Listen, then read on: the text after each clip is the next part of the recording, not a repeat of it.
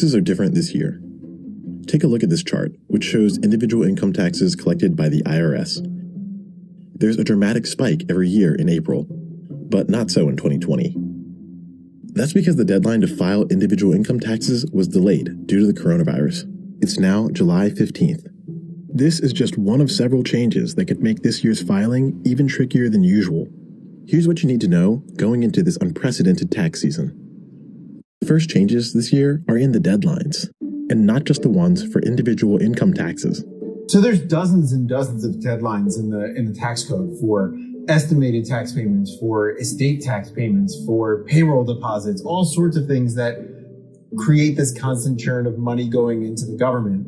So what the government has done is basically delay a lot of those things, push them back to July 15th. This year, you can still seek an extension through October 15th, but you still have to pay by the July 15th deadline.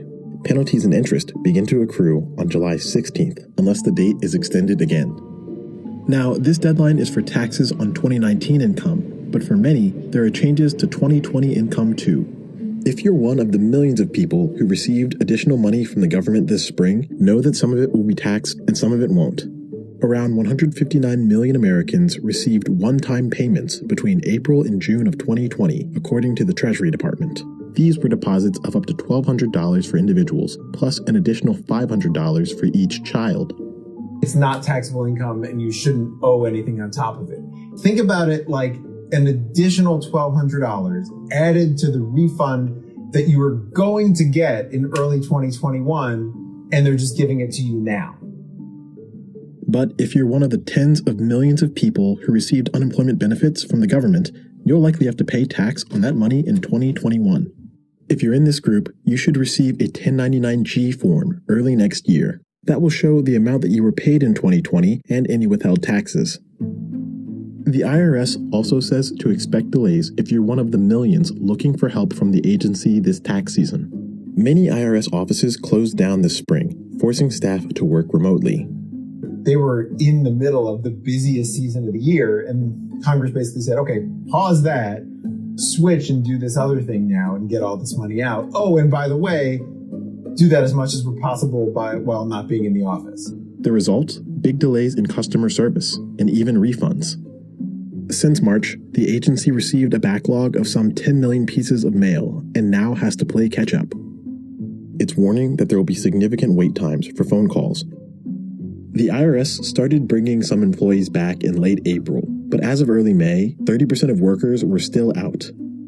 It just means that every interaction you would think to have with them is going to take longer than it normally would. But the IRS is also cutting Americans some slack.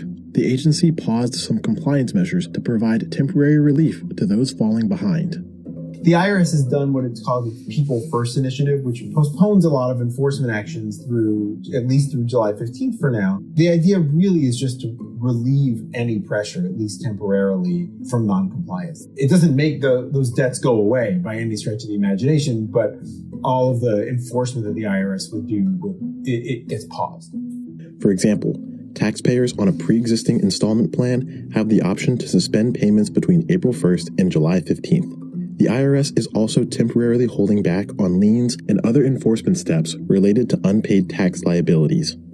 And if you need a new passport, the IRS won't send the names of taxpayers dubbed seriously delinquent to the State Department during this grace period. In normal times, the State Department can delay your application or renewal if you're way behind on your taxes. The coronavirus reshaped American life virtually overnight, and taxes were no exception.